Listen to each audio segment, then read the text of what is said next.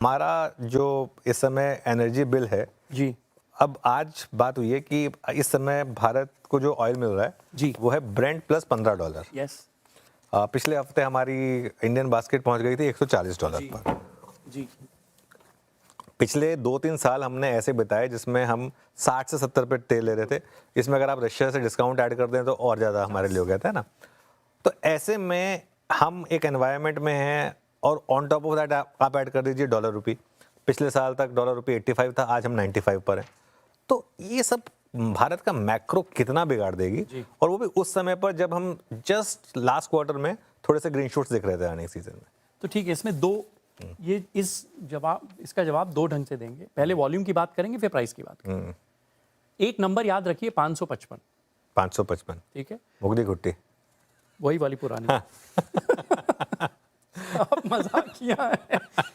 तो 5.5 million barrel हम रोज तेल लेते हैं। एक टैंकर को, जो VLCC टैंकर होता है, उसमें 2 मिलियन बैरल आप डाल सकते हैं। 3 टैंकर से अपना रोज का तेल आ सकता है, उतना टैंकर हम रशिया और ईरान से ले सकते हैं।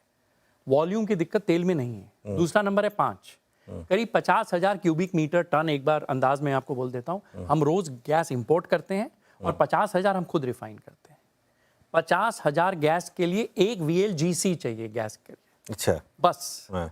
सी जो हॉर्मुज से होके आता है। जो हॉर्मुज से हो गया, हाँ, ठीक है। हाँ, सी रिफाइनरीज चारों तरफ है हमारी, हाँ। सो 4 से होगा नहीं, या फिर आप एक पारादीप पहुंचाइए, कहीं पहुंचाइए और डिस्ट्रीब्यूट करिए, लेकिन 4 जहाजों से हमारा वॉल्यूम का काम हो जाएगा अनुजी। बस 4 जहाजों से। हाँ, तो वॉल्यूम की सी भारत को दिक्कत कभी नहीं आएगी, मुझे जो लग रहा है, क्योंकि हम सब मित्र हैं हमारे। हाँ, हमारी दिक्कत भाव की। भाव की। तो जो बात हो रही थी कि भाव प्लस सप्लाई दोनों का इशू है, सप्लाई का इशू नहीं है, सप्लाई नहीं, भाव का इशू है। हाँ, टेकन केयर ऑफ सप्लाई। मैं बता रहा हूँ, थोड़ी खिचपिच होगी। जैसे मैं मजाक में, अभी मैं ऑफिस में था, मैंने गौतम को बोला कि तेरे को गाजर का हलवा बहुत पसंद है, मत खा। गाजर पकने में समय लगता है, गैस ज्यादा लगती है, तो आपको कुछ कटौती करनी पड़ेगी।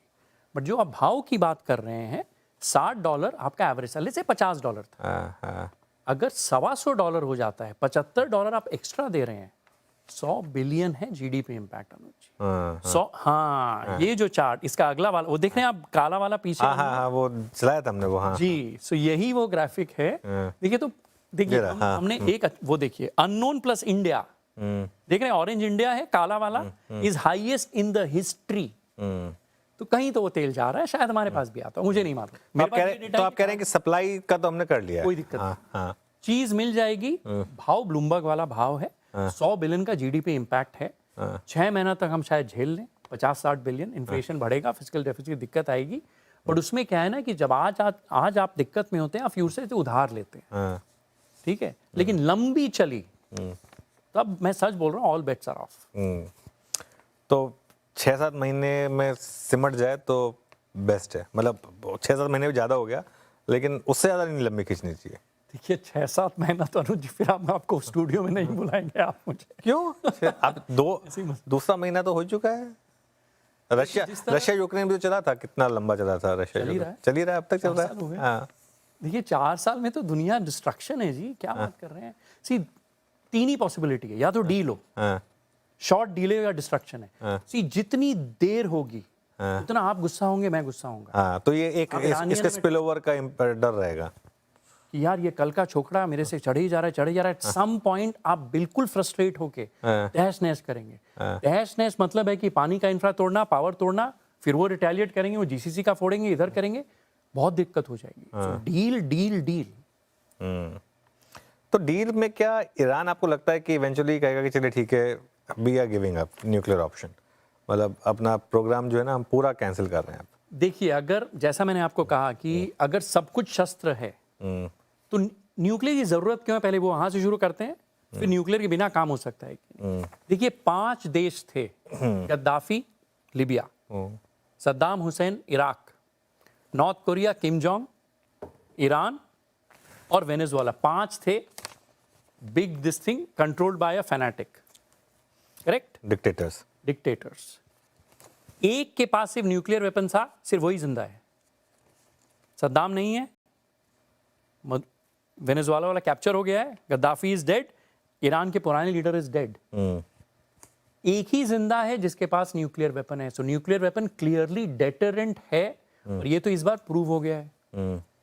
सो बिल्कुल छोड़ देंगे न्यूक्लियर की आस, मुझे नहीं लगता है छोड़ेंगे। और जहां तक ये जो रिफाइनिंग और ये एनरिचमेंट की बात हो रही है, जो भी मुझे हल्का बहुत याद है जो हमने पढ़ा था, आप ऐसे समझिए कि दूध और घी, दूध से आप मिल्क शेक बनाते हैं, घी आप फ्राई करने को यूज करते हैं। आप दूध बहुत देर तक सेंट्रीफ्यूज करेंगे, फेंटेंगे तो घी ऊपर आ जाता है। यूरेनियम ऐसे ही एनरिच होता है। एक महंगा, वो भारी आइसोटोप होता है, एक सस्ता होता है, जितना आप घुमाते हैं एक बाहर चला जाता है, इसीलिए आप घुमा के जितना घी निकालेंगे वही प्यूरिफिकेशन है। ईरान ने 60% कर लिया था, ठीक है। घी फ्राई करने के लिए अगर अच्छा आपको घी बनाना है, वैसे समझिए कि 92% घी चाहिए, 8% दूध चाहिए। पावर प्लांट बनाने के लिए 92% दूध चाहिए, 80% घी चाहिए। ये फर्क है वेपन वर्सेस दिस।